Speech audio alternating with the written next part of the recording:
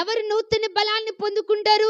గత సంవత్సరాల దేవుని నువ్వు ఎక్కువగా ప్రేమించక బలహీనపడి ఉన్నావేమో, దేవుని కార్యాలను ఎక్కువగా ప్రేమించకుండా బలహీనపడి ఉన్నావేమో, రకరకాలైన బలహీనతల గుండా, రకరకాలైన సమస్యల గుండా, రకరకాలైన బాధల గుండా, రకరకాలైన నష్టాల గుండా వెళ్ళబడిన వ్యక్తిగా నీవు ఉన్నావేమో.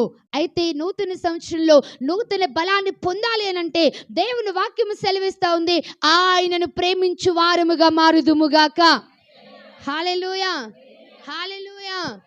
ఎవరిని ప్రేమించాలి చెప్పండి? లోకంలో ఉన్న మనుషులు పిల్లల్ని ఎక్కువగా ప్రేమించడం తప్పని నేను చెప్పడం లేదు, కానీ ఎవరి పిల్లల్ని వాళ్ళు ప్రేమించవచ్చు. కానీ అది కూడా ఎప్పుడు తెలుసా? దేవుని కంటే ఎక్కువగా ఏది కానీ కాదు. దేవునికి స్తోత్రం కలుగుగాక. హల్లెలూయా.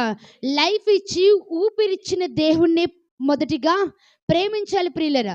దేవుణ్ణి ప్రేమించిన తర్వాత నీ పిల్లల్ని ఎంతైనా నువ్వు ప్రేమించు, దేవుడు ఏమీ అనుకోడు.